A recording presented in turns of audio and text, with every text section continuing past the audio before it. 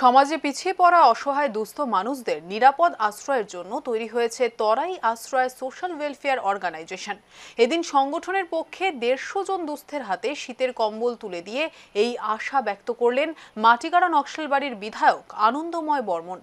ফাঁসি দেওয়া মোড় সংলগ্ন 55 সরণির জিতু তারিজোত মৌজার তরাই আশ্রয় সোশ্যাল ওয়েলফেয়ার অর্গানাইজেশনের বার্ষিক অনুষ্ঠান আয়োজিত হয় শ্রী লাল সিং জোত প্রাইমারি স্কুলের মাঠে।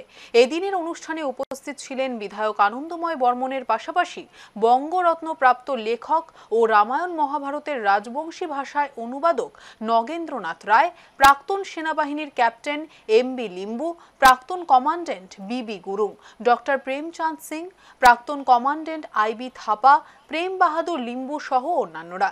এদিন অতিথিদের সংবর্ধনা দেন কোচবিহার আদালতের বিচারপতি ও ওয়েলফেয়ারের কর্ণধার হেমন্ত সিনহা। তিনি জানান, তিনি যে এলাকায় থাকেন বা বেড়ে উঠেছেন তা অনেকটাই পিছিয়ে পড়া এলাকা, তাই এলাকার বাসিন্দাদের আর্থসামাজিক উন্নয়নে তিনি কিংবা তার এই সংগঠন সারা বছর কাজ করবে। এদিন বিধায়ক একটি অ্যাম্বুলেন্স প্রদান করবেন বলে আশ্বাস দেন। সে প্রসঙ্গে হেমন্ত সিনহা জানান, এই অ্যাম্বুলেন্স এলাকার দুস্থ ও অসহায় মানুষদের জন্য উৎসর্গ করা হবে। আজকে আমরা তরাই আশ্রয় সোশ্যাল ওয়েলফেয়ার অর্গানাইজেশনের পক্ষ থেকে আমরা দুস্থ মানুষদের শীত বস্ত্র প্রদানের অনুষ্ঠান করেছি। আজকে আমরা প্রায় 150 জন দুস্থ মানুষকে শীত বস্ত্র প্রদান করলাম।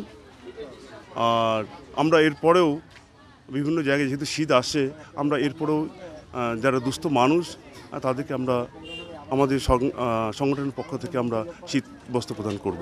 আশ্রয়ের উদ্দেশ্য হচ্ছে মানুষ যাতে এখানে কখনো যে কোনো আপনার মানুষ যাতে আশ্রয় নিতে পারে, বিপদে আপদে যাতে এটা আমাদের সংগঠন আশ্রয় একটা স্থল হতে পারে, সেই হিসেবে এই জন্যই এটাকে আশ্রয় হিসেবে আমাদের সংগঠনের আশ্রয় হিসেবে নাম দেওয়া হয়েছে। অ্যাম্বুলেন্স বিশেষ করে আমরা এখানে যারা দুস্থ মানুষ রয়েছে, গরিব মানুষ রয়েছে, তাদেরকে উদ্দেশ্য হলো তাদের গরিব মানুষদের যারা তাদের ফ্রিতে আমরা অ্যাম্বুলেন্স পরিষেবা আমরা দেব।